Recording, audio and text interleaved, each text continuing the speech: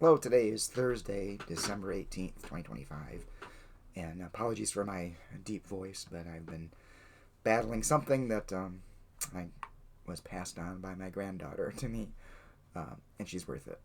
Um, Today I'll be reading a meditation from Richard Rohr for this Thursday, December 18th. Reverence for Reality is the title, and I really think this is an important meditation in that it doesn't talk specifically about God, but being reverent to the world around you, to seeing the reverence in nature and in other human beings and even in yourself. So it's entitled Reverence for Reality, and it opens with a quote from Barbara Brown Taylor, An Altar in the World. Taylor writes, "Earth is so thick with divine possibility that it is a wonder we can walk anywhere without cracking our shins on altars." I'll repeat that. Earth is so thick with divine possibility that it is a wonder we can walk anywhere without cracking our shins on altars. And then the editors of the meditation write, Barbara Brown Taylor writes of the humility necessary to experience reverence for the world around us. Taylor writes, according to the classical philosopher Paul Woodruff, reverence is the virtue that keeps people from trying to act like gods. Woodruff writes, to forget that you are only human, he says, to think you can act like God, this is the opposite of reverence. While most of us live in a culture that reveres money, reveres power, reveres education and religion, Woodruff argues that true reverence cannot be for anything that humans can make or manage by ourselves. By definition, he says, reverence is the recognition of something greater than the self, something that is beyond human creation or control, that transcends full human understanding. God certainly meets those criteria, but so do birth, death, sex, nature, truth, justice, and wisdom. Reverence stands in awe of something that dwarfs the self, that allows human beings to sense the full extent of our limits, so that we can begin to see one another more reverently as well. An irreverent soul who is unable to feel awe in the presence of things higher than the self is unable to feel respect in the presence of things it sees as lower than the self. Then the editors of the devotion write, author Victoria Lures describes how a slower pace allows us to experience reverence for the natural world and others. Reverence is slow and intentional. It allows awe to fill your lungs and bring tears to your eyes, and it floods your bloodstream with extra oxygen and energy. Wandering with reverence means you're looking at the world with softened eyes that no longer see others as objects of beauty or utility. Reverence allows you to behold the trees and waters and tiny ants as separate beings. You acknowledge them as individuals who are as concerned about their own survival and enjoyment of life as you are about yours. They are as important to their relations as you are to yours.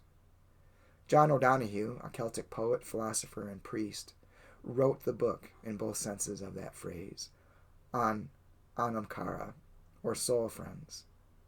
He says, reverence bestows dignity, and it is only in the light of dignity that the beauty and mystery of a person will become visible. The same applies to seeing the dignity of a tree or a place or even yourself.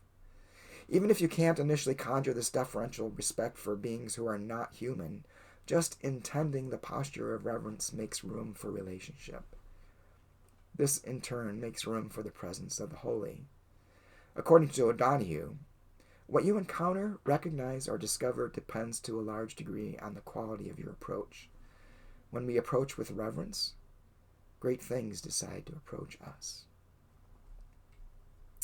Well, a lot went through my mind as I was reading this, and one of the things that came to mind is how in the United States we are so stuck on hyper-individualism that we think only of ourselves and hold ourselves in the highest regard and look down upon others, even nature, as things to be taken advantage of or dominated.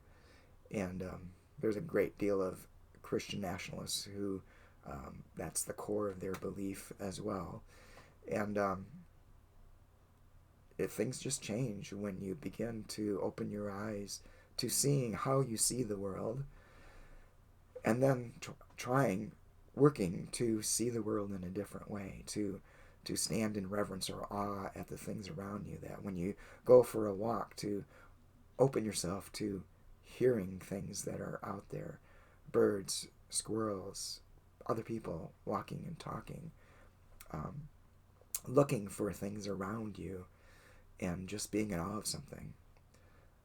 The other day, Laurel and I were driving somewhere, I don't remember where it was, in the Detroit area, and we pulled into a parking lot and looked up, and there was a bald eagle in the city, far from any water. Certainly probably not far for an eagle to fly, but it was awesome. It was incredible to look up and to see that just floating in the sky. And so we just sat there and watched until it glided out of our presence. And I think, as Victoria Loers indicates, to be reverent in the world requires a slow and intentional effort. To go out into the world with intentionality, to be looking for things, and also I think to hold yourself in reverence, your body, the things it can accomplish, the things you depend on others for help that your body, your mind can't do, and holding those people in reverence. As John O'Donohue writes, reverence bestows dignity, and it is only in the light of dignity that the beauty and mystery of a person will become visible. And the same applies to seeing the dignity of a tree or a place, a building, even yourself. And there's just so much of that lacking in our world today, which is what's causing so much of the division and so much of the atrocities that we see happening in the world. So I hope this gives you something to think about and to consider as you go out into the world, especially at Christmas time, even if you're not a believer in the Jesus story, but to open yourself to the awe that it brings. I think of one of my favorite things. My beliefs have really shifted and changed over the years, but one of the things I do miss about not attending a Christian Christmas Eve service is the silent night singing at the end of the Christmas Eve service, where in the churches I served, we all held candles and the lights were dimmed, and we finished singing the song of the hymn, In Darkness Lit Only by Our Candlelight, and seeing that candlelight reflected in the eyes and the faces of the people standing in a circle was just incredible, regardless of thinking about the words or not, but just that presence and that sense of community, the reverence of relationship, if you will. So hope that's given you something to think about, and hope you can find some things to hold in reverence and in awe. Maybe even look in the mirror for a while.